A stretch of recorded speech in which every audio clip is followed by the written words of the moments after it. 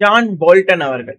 இவர் யார் அப்படின்னா, அமெரிக்காவோட யுனைட்டட் நேஷன்ஸ் அம்பாசிடர் இருந்தாரு. முன்னாள் அம்பாசிடர் இருந்தாரு. ஸோ இவர் தரப்புல இருந்து ஒரு விஷயம் உறுதி செய்யப்பட்டிருக்கு. நம்ம சேனல்ல சொல்லியிருந்தோம். இது போல செய்திகள் அடிபட்டுக்கிட்டு இருக்கு அப்படிங்கிறது போல. அதாவது ஈரான் வந்து பாத்தீங்கன்னா, ஸ்டீவ் விட்காஃப் அவர்களும், ஜார்ஜ் குஷ்னரும் வேணாங்க அவங்கலாம் பேச முடியாது. போன தடவையே பேசிட்டு என்னத்த போய் சொன்னாங்களோ தெரியல அப்படிங்கிறது போல ஈரான் தரப்புன்னு சொன்னதா சொன்னோம் இல்லையா? இத கன்ஃபார்ம் பண்ணிக்கிறார். ஸோ என்ன சொல்லிக்கிறாரு, அது மீடியாக்கள்ல சொல்லியிருக்கிறாரு. அதாவது ஈரானியன்ஸ் வந்து பாத்தீங்கன்னா சூஸ் பண்ணல. விட்டாஃப் அவர்களையும் வந்து ஜேர்ட் குஷ்னர் அவர்கள் வேணான்ட்டாரு. ஸோ அதனால நம்ம வேற ஆப்ஷன் இல்லாம வான்ஸ் அவர்கள வந்து பாத்தீங்கன்னா, இந்த பேச்சுவார்த்தைக்கு அனுப்பிச்சு வச்சிருக்கோம். ஏன்னா ஈரானியன்ஸ் அவங்க கூட பேச மாட்டேன்னு சொல்லிட்டாங்க. அதாவது பேசுறதுக்கான ஆளுங்கள கூட அமெரிக்க சைடுல சூஸ் பண்ணக்கூடிய இடத்துல வந்து பாத்தீங்கன்னா, ஈரான் இருக்காங்க அப்படிங்கிற விஷயங்கள் இதுல இருந்து உறுதி செய்யப்படுது. ஹெவியான ஈரானுக்கு வந்து பாத்தீங்கன்னா, பாசிட்டிவ் அப்படிங்கிறது வந்து பாத்தீங்கன்னா, இந்த டாக்ஸ்ல கிடைக்கிறதுக்கு வாய்ப்புகள் இருக்கு. ட்ரம்ப் அவர்கள் சொல்ற மாரி கால்ஸ் ட்ரம்ப் அவர்களுக்கு தான் இல்ல.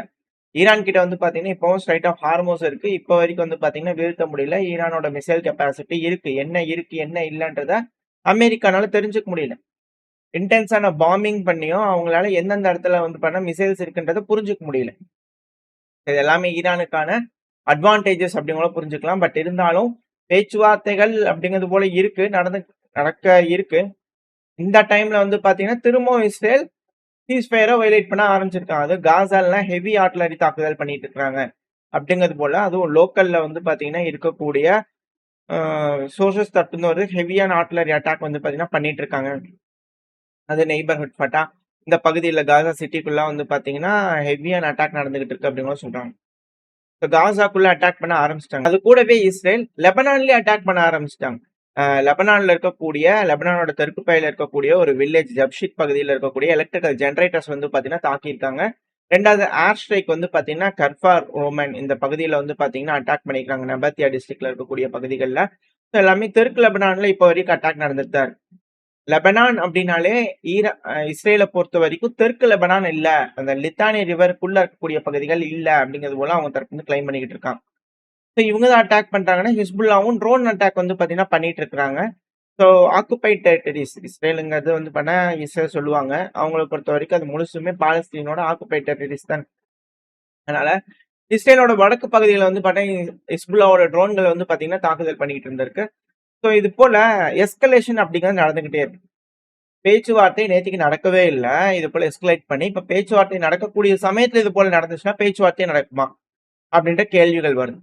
இப்ப இந்த பேச்சுவார்த்தை வேணும்னே சீர்குலைக்கிறதுக்காகவே செய்றாங்களா? அப்படின்ற கேள்விகள், எண்ணங்கள் இது எல்லாமே வருது இல்லையா? சோ இதுக்கான காரணங்கள் என்ன அப்படின்னு பார்க்கும்போது, இஸ்ரேலோட மீடியாக்களே இதுக்கான விஷயங்கள சொல்றாங்க. என்ன அப்படின்னா, இப்ப பேச்சுவார்த்தை நடக்குது அப்படின்னா, நம்மளுக்கு ஃபேவரான அவுட்கம்மே வராது. இத நம்ம சொல்லிட்டு இருக்கிறதெல்லாம் வேற. பட் ஆனா மீடியாக்கள் சொல்றாங்க. இஸ்ரேலோட மீடியாக்கள். ஏன்னா இஸ்ரேல் எந்த அளவுக்கு கன்டெயின் பண்ணப்படுது, அங்க CNN போன்ற மீடியாக்களே வந்து பார்த்தீங்கன்னா, எந்த அளவுக்கு கன்டெயின் பண்ணப்படுது அப்படிங்கிறது பார்க்குறோம். இப்ப அப்படி இருக்கும்போது இஸ்ரேலோட மீடியாக்களே வந்து பார்த்தீங்கன்னா, என்ன பேசுறாங்க அப்படின்னா, இந்த பேச்சுவார்த்தை நடக்கிறதுனால நம்மளுக்கு லெஸ்ஸான ரிசல்ட்ஸ் தான் கிடைக்கும். ஏன்னா, ஈரான் வந்து பார்த்தீங்கன்னா, இந்த இப்ப நடக்கக்கூடிய பேச்சுவார்த்தையினால, ஏதோ ஒரு விஷயம் நடக்குது அப்டின்னா, ஈரானுக்கு ஃபேவரா தான் கல்ஃப் நாடுகள் வந்து பார்த்தீங்கன்னா இருக்குமே தவிர, இஸ்ரேல் நார்மலைசேஷன் கல்ஃப் நாடுகளோட அப்டிங்கிறது வந்து பார்த்தீங்கன்னா, குறைக்கிறதுக்கு தான் வாய்ப்பு இருக்கு. ஏன்னா, இப்ப வந்து பார்த்தீங்கன்னா, நம்ம UAE கூட ஸ்ட்ரென்த் எல்லாம் இன்கிரீஸ் பண்ணியிருக்கிறோம். செக்யூரிட்டி டைஸ் வந்து பண்ண இன்கிரீஸ் ஆயிருக்கு. ஏன்னா, UAE தான் தர்மடி வாங்கியிருக்கு. அது ஏன்ற காரணம் இப்ப நம்மளுக்கு புரிஞ்சிருக்கு. யுஏஇயோட இஸ்ரேல் வந்து செக்யூரிட்டி டைஸ ஸ்ட்ரென்தன் பண்ணியிருக்காங்களா? யார் சொல்றாங்க? இஸ்ரேலோட மீடியாக்கள் சொன்னாங்க. ஆனா கல்ஃப் நாடுகள், யுஏஇ அல்லாத கல்ஃப் நாடுகள், மேபி பஹ்ரைன், குவைத் எல்லாம் வந்து பார்த்தீங்கன்னா, இஸ்ரேலுக்கு ஃபேவரா இருக்கலாம். ஆனா மத்த நாடுகள் அப்படின்னாலே நம்ம தெரிஞ்சுக்கலாம். எந்த நாடு அப்படிங்கிறது போல. பட் இருந்தாலும் கல்ஃப் நாடுகள்லாம் வந்து பார்த்தீங்கன்னா, கொஞ்சம் ஈரானுக்கும், துருக்கிக்கும் ஃபேவரா போற மாரி இருக்கு. அதுவும் செக்யூரிட்டி கோஆப்பரேஷன், ஷேர்ட் இன்ட்ரெஸ்ட்லாம் வந்து பார்த்தீங்கன்னா, இஸ்ரேல் அல்லாத ஈரானுக்கும், துருக்கி சைடு போறதுக்கு வாய்ப்பு இருக்கு. ஏன்னா இஸ்ரேலுக்கும் யுஏஇக்கும் இப்போ சிக்னிபிகண்டான வந்து பாத்தீங்கன்னா ஷேர்டு இன்ட்ரெஸ்ட் இருக்கு. நம்மளுக்குள்ள ஒத்துமை இருக்கு. ஆனா மத்த நாடுகளுக்குள்ள இல்லாம போகுது. இந்த ஒரு பேச்சுவார்த்தை நடக்கிறதுனால அது அப்படியே ஸ்லிப் ஆகிறதுக்கு வாய்ப்பு இருக்கு அப்படிங்கிற சொல்றாங்க. பேச்சுவார்த்தையினால எந்த ஒரு பெனிஃபிட்டும் இஸ்ரேலுக்கு கிடைக்காது. ஒருவேளை ஈரானுக்கு ஃபேவரா பேச்சுவார்த்தைகள் இருக்கு அப்படின்னா நாடுகள் நம்ம கைய விட்டு போயிரும் அப்படிங்கிறதோட இஸ்ரேல் பயப்படுறாங்க. என்ன நாடு? சவுதி அரேபியாவா? அப்படின்ற கேள்விகள் இருக்கு. ஏன்னா சவுதி அரேபியால இருந்து ஃபினான்ஸ் மினிஸ்டர் வந்து பாத்தீங்கன்னா பாகிஸ்தானுக்கு போயிருக்காங்க. அதுவும் ஒரு நாள் முன்னாடி நேத்துக்கு போயிருக்காங்க. ஷேபாஸ் ஷெரீப் அவர்கள பார்த்து சேமமா பேசியிருக்காங்க. எதுக்காக பாகிஸ்தானுக்கு சவுதி அரேபியா இப்போ இந்த பேச்சுவார்த்தை நடக்கக்கூடிய சமயத்துல போயிருக்கு. சவுதி அரேபியா மிக முக்கியமான விஷயங்கள்ல பாகிஸ்தான் மூலியமா ஈரானுக்கு கன்வே பண்ண நினைக்கிறாங்களா? சீக்கிரட்டா அதுவும் ஒரு பேச்சுவார்த்தைகள் போகுதா?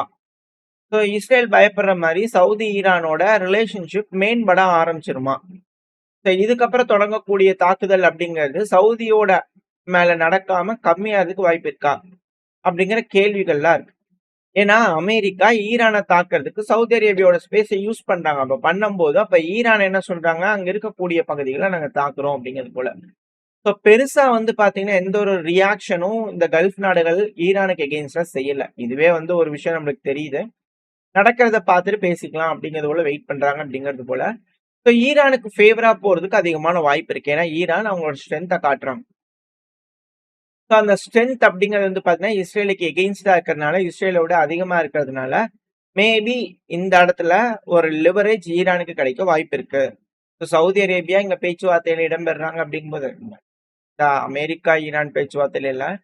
பட் அவங்க தனியா வந்து பண்ண ஈரானோட பேச நினைக்கிறாங்க அப்படிங்கும்போது இந்த இடத்துல நம்ம புரிஞ்சுக்கலாம் எந்த அளவுக்கு ஈரானுக்கு வந்து பாத்தீங்கன்னா வலு இருக்கு இந்த பகுதியில் அப்படிங்கிறது போல. அதுக்கு மிக முக்கியமான காரணம் ஸ்ட்ரைட் ஆஃப் ஹார்மோஸ். இப்ப அதை தூக்கி ஈரானுக்கு கொடுத்தது பெருமை ட்ரம்ப் அவர்களுக்கே சேரும். ஒரு லிவரேஜ் கிடைச்சிருக்கு. ஏன்னா வெள்ளை மாளிகை வந்து பார்த்தா ஏங்கரா இருக்காங்களாம். ஏங்கரா இருக்கீங்க அப்படின்னா ஸ்ட்ரைட் ஆஃப் ஹார்மோஸ் 10% தான் ரீச் ஆயிருக்கு. எங்க 8 கப்பல் 4 கப்பல் தான் போச்சுட்டாங்க. அதுவே 10% இவங்களா முடிவு பண்ணிட்டாங்க.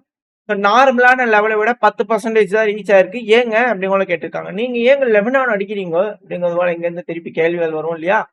அதனால கரண்டா ஆப்ரேட் ஆயிட்டு இருக்கிறது 10% தான். இதான் அமெரிக்கா தரப்புலேருந்தே கன்ஃபார்ம் பண்றாங்க. ஃபுல்லாலாம் ஓபன் பண்ணல ஈரான். இவங்க சீஸ்ஃபயர் மீறதுனால அவங்களும் மீறிக்கிட்டு இருக்காங்க அப்படிங்கிறத புரிஞ்சுக்கலாம். ஏப்ரல் 10 சவுதி அரேபியா பேசிக்கிறாங்க பாகிஸ்தான் கூட. இப்போ மீட்டிங் நடக்க போகுது. இஸ்ரேல் தொடர்ந்து அத்துமீறல்கள் செஞ்சுட்டு இருக்காங்க. இந்த பேச்சுவார்த்தை நடக்குமா என்ன அப்படிங்கிற ஏகப்பட்ட விஷயங்கள். காசாலையும் தாக்குதல் பண்றாங்க. இந்த பேச்சுவார்த்தை நடந்துட்டு இருக்கும்போது ஈரான் மேலேயும் தாக்குதல் பண்ணிடுவாங்களா இஸ்ரேல் அப்படிங்கிற கேள்விகள்லாம் இருக்கு. வெயிட் பண்ணி தான் பார்க்கணும். ஏன் அப்படின்னா இது போல டைம் வாங்குறாங்க அப்படின்னாலே இந்த பேச்சுவார்த்தை அப்படின்னாலே டைம் வாங்குதான். ஆயுதங்களை ஃபுல்லா லோடு பண்ணி வச்சுக்கிட்டு திருப்பி ஈரானை தாக்குறதுக்கான வேலைகள் தான் அதிகமா இருக்கும். அதுவும் பேச்சுவார்த்தைகள் நடக்க எந்த அளவுக்கு வர்னரபிளா இருக்கீங்கன்றது காட்டுறதுக்காகவே அமெரிக்கா வேணும்னே செஞ்சாலும் ஆச்சரியப்படுறதுக்குள்ள இஸ்ரேல வச்சு ஒரு அட்டாக் பண்ணி அப்படிங்கிறதோட சொன்னாலும் ஆச்சரியப்படுறதுக்குல அப்படிங்கிற பல அனலிஸ்டோட கருத்துக்கள். ஏன்னா இஸ்ரேல் தான் வந்து அமெரிக்காவை கட்டுப்படுத்துறாங்க அப்படிங்கிற பேச்சுக்கள்லாம் இருக்கேப்பா. இதுல நீ வந்து என்ன சொல்ற? அமெரிக்கா இஸ்ரேலை கட்டுப்படுத்துறாங்கன்றது போல அப்படிங்கிற கேள்விகள் உங்களுக்கு வரலாம். வாஸ்தவம் தான்.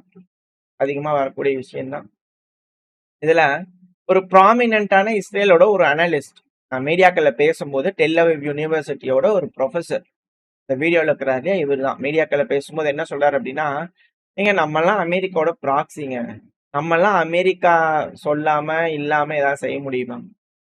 நெத்தன்யாஹு அவர்களுக்கு எந்த ஒரு அத்தாரிட்டியும் கிடையாதுங்க. நம்ம அமெரிக்காவோட ஒரு ப்ராக்சிங்க. அவர் நிறைய விஷயங்கள் பேசினாரு. பட் அதுல இருக்கக்கூடிய மிக முக்கியமான பாயிண்ட்ங்கிறது இதுதான். எல்லாத்துக்குமே தெரிஞ்ச ஒரு விஷயம் தான். இத்தனூண்டு ஒரு நாடு, இத்தனை காண்டா இருக்கு. அது சுத்தி வர வந்து பாத்தீங்கன்னா நாடுகள் அமெரிக்காவுக்கு நட்பா இருக்காங்க. குறிப்பா பெஹ்ரைனா இருக்கட்டும், இங்கெல்லாம் வந்து பாத்தீங்கன்னா கத்தாரா இருக்கட்டும், ரொம்ப நட்பாவே இருக்காங்க. இஸ்ரேலும் ஓவரா பவர் ஆயிடக்கூடாது. இங்க இருக்கக்கூடிய நாடுகளும் ஓவரா பவர் ஆயிடக்கூடாது. எல்லாருமே அமெரிக்காவோட ஆயுதங்கள் வச்சிருக்கிறாங்க. இப்படி இருக்கும்போது இஸ்ரேல் ஏதாவது செய்யறாங்க, அத்துமீறாங்க, வேற மாதிரி அமெரிக்காவுக்கு பிடிக்காத மாதிரி செய்யறாங்கன்னா கண்டிப்பா இங்க இருந்து வேற வேலைகள் செய்வாங்களா இல்லையா அப்படிங்கிற கேள்விகள். அப்ப இந்த அக்ரஷன் எல்லாமே வந்து பாத்தீங்கன்னா அமெரிக்கா தான் செய்யறாங்களா அப்படின்ற கேள்விகள் நம்மளுக்கு ஆட்டோமேட்டிக்கா வர ஆரம்பிச்சிடும். பட் வரக்கூடிய நாட்கள்ல எல்லாமே தெரிய ஆரம்பிக்கும். இந்த சீஸ்ஃபயர் இன்னும் எத்தனை நாளைக்கு நீடிக்க போகுது? டைம் வாங்குறதுக்கான மிலிட்டரி பில்டப்புக்காக தானா அப்படிங்கிற அச்சங்கள் பலருக்கு இருக்கு. அது ஈரானுக்கும் இருக்கும். ஈரானுக்கும் இது கொஞ்சம் டைம் கிடைக்கும். அவங்க ரெடி ஆகலாம் அப்படிங்கறது போல யோசிக்கிறாங்க அப்படின்னா, இது போல டைம் நீங்க எடுக்கவும் கூடாது, கொடுக்கவும் கூடாது. ஏன்னா அமெரிக்காக்கு வந்து பாத்தீங்கன்னா 0 அப்படிங்கிற ஒரு விஷயம் கிடையாது. ஆயுதம் வந்து எப்பவுமே 0 அப்படிங்கிற த்ராட்டில் வரல. அந்த 0 வரக்கூடாதுன்றதுக்காக என்ன செய்யறாங்க? இது போல பேச்சுவார்த்தை, டிப்ளமசி 1 வாரம், 2 வாரம், டெம்பரவரி அப்படிங்கிற கேட்டு இது போல பேச்சுவார்த்தையில இழுக்கிறாங்க. ஸோ இந்த டைம்ல தாக்குதல் நிக்கிறதுனால அவங்களுக்கு ஸ்டாக் பைல் திரும்பி வந்துருது. திருப்பி எடுத்துக்கிறாங்க. திருப்பி அட்டாக் பண்ணிட்டே இருக்கிறாங்க ஃபுல் மைட்டோட. ஸோ இது போல வேலைகள் வந்து பார்த்தீங்கன்னா தொடர்ந்து நடந்துகிட்டே இருக்கு. இதுதான் லிபியா, சிரியா, ஈராக் எல்லா பகுதியிலையும் பார்த்தாச்சு. அது திருப்பி ஈரான் அதே தவிர செய்யாதீங்க. பேச்சுவார்த்தை அப்படிங்கிறது போகாதீங்க. அங்க இருக்கக்கூடிய ட்ரூப்ஸ் எல்லாத்தையும் வித்ட்ரா பண்ணி கிளம்பு. அதுக்கப்புறம் நம்ம பேசிக்கலாம். அது வரைக்கும் போர் தான் அப்படிங்கிறது போல இருங்க அப்படிங்கிற பலரோட கருத்துக்கள். உங்களை சுத்தி அமெரிக்காவோட ராணுவம் இருக்கு. உங்களை சுத்தி அமெரிக்கா ஆயுதங்கள் வச்சிருக்காங்கன்னா கண்டிப்பா அதை ரீலோடு பண்ணி அடிக்க தான் டைம் கேட்கறாங்க. ஸோ புரிஞ்சுக்கோங்க. ஏன்னா இப்போ எத்தனை பேர் வெளியே வந்திருக்கிறாங்க? 80 பேர் வந்திருக்காங்க. இப்ப இந்த 80 பேரை திருப்பி போய் ஈரான்ல லேண்ட் ஆகுற வரைக்குமே சிக்கல் தான். நீங்க பேச்சுவார்த்தை தோல்வியில முடியுதுன்னா லேண்ட் ஆகுற வரைக்குமே சிக்கல் தான். ஸோ இதுக்கப்புறம் இவங்க வந்து பாத்தீங்கன்னா எங்க போய் மறைவாங்க, என்ன பண்ணுவாங்க, இது எல்லாத்தையும் அவங்க கண்காணிக்க வசதி இருக்குமா இல்லையா? ஏர்போர்ட்ல இருந்து ஒரு ஒரு நபர்கள் எங்க போறாங்க, என்ன பண்றாங்கன்ட்டு. அப்ப அந்தந்த பகுதிகள்லாம் வந்து பாத்தீங்கன்னா மாட்டுமா இல்லையா அப்படிங்கிற போல விஷயங்கள். ஸோ இது போல விஷயங்களுக்கு இடம் குடிக்காதீங்க அப்படிங்கிற பலரோட கருத்துக்களா இருக்கு. அதுவும் குறிப்பா அமெரிக்கால இருக்கக்கூடிய அனலிஸ்டே வந்து பாத்தீங்கன்னா பலரும் இது போல சொல்லிட்டு இருக்காங்க. அதுவும் பிரைன் அவர்கள்லாம் இது போல ஸ்டேட்மெண்ட்டா அவர் சொன்னதுதான். ஸோ இது போல பல விஷயங்கள் வந்து பாத்தீங்கன்னா இது போல வந்துச்சு. பல அனலிஸ்டுகளும் வந்து பாத்தீங்கன்னா அமெரிக்காவை நம்பாதீங்க. இப்ப இருக்கலாம் வார் கிரிமினல்ஸ் அப்படிங்கிற பேசிக்கிட்டு இருக்காங்க. பாப்போம் இது எந்த இடத்துல போய் முடிய போகுதுன்னு சொல்லிட்டு. இது எல்லாத்துக்கும் மேல இப்போ நெத்தன்யாஹு அவர்கள் ஒரு போர் குற்றவாளி அப்படிங்கிறது போல கடினமான சொற்கள் யூரோப்பியன் யூனியன் நாடுகள் நம்ம சொல்லலைங்க. நம்மளாம் சொல்ல முடியாது. ஸ்பெயினோட டெபுட்டி பிரைம் மினிஸ்டர் கடுமையா சாடி இருக்கிறாங்க நெத்தன்யாஹு அவர்களை. ரொம்ப கோபம் வந்திருக்கு அவங்களுக்கு.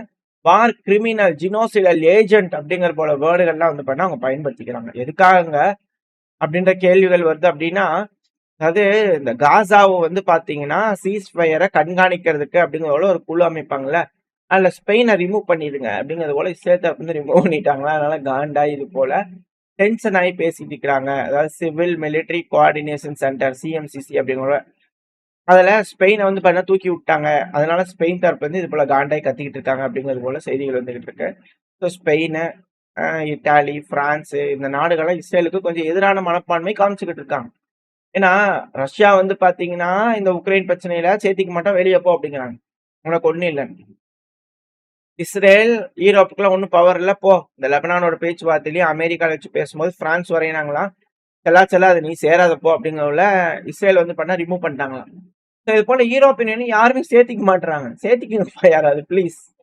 யூரோப்பியன் யூனியன் யாருமே சேர்த்திக்க மாட்டேறாங்க. ஸோ அவங்களோட பவர், இந்த உலகத்தோட ஆளுமை பவர்ல இருந்து வந்து பார்த்தீங்கன்னா அவங்க தூக்கி எறியப்படுறாங்க அப்படிங்கிறத இதில் இருக்கக்கூடிய விஷயம். அதுவும் பேப்பர் டைகர், நீ ஒண்ணுமே இல்லை, வேஸ்ட் அப்படிங்கிறத வந்து பண்ணா ட்ரம்ப் அவர்களும் குற்றச்சாட்டிக்கிட்டே இருக்காரு.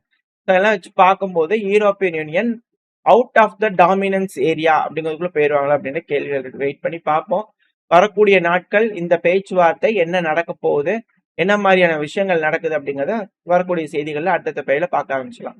ஓரளவுக்கான தகவல்கள் இந்த பையில பார்த்துருப்போம். இந்த பதிவு எப்படி உங்களுக்கு பிடிச்சிருக்கா? பிடிச்சினா லைக் பண்ணுங்க, உங்க ஃப்ரெண்ட்ஸ் நம்மள ஷேர் பண்ணிக்கோங்க. அது கூட மறக்காம நம்ம சேனலை சப்ஸ்கிரைப் பண்ணலாம்.